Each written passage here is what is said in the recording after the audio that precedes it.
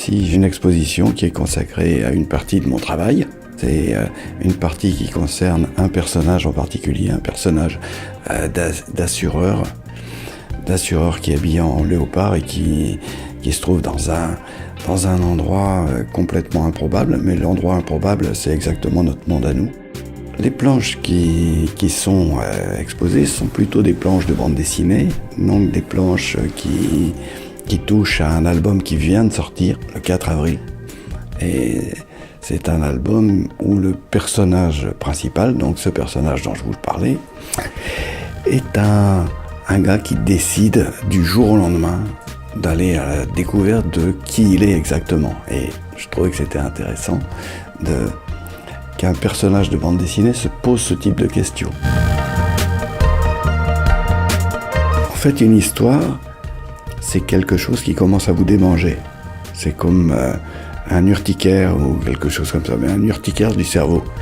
Et donc, au bout d'un moment, on résiste, hein, et au bout d'un moment, on finit par capituler et par se dire bon, ok, je vais la raconter.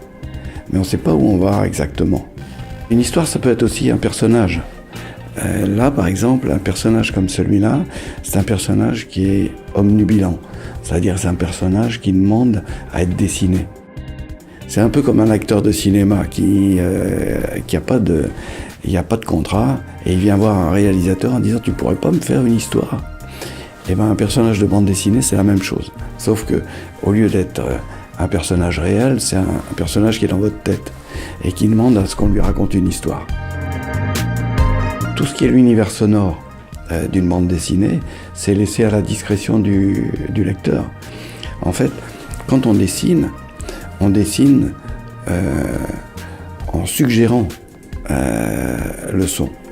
Par exemple, si je veux qu'un personnage soit dans une ambiance de pluie, qu'on ait la sensation d'entendre la pluie tomber, qu'on entende les pas, ses pas sur le sol mouillé, il va falloir que je fasse un dessin et qui soit le plus suggestif de ça, de façon à aiguiller l'imagination du lecteur vers un son qu'il connaît et qui va restituer en voyant l'image.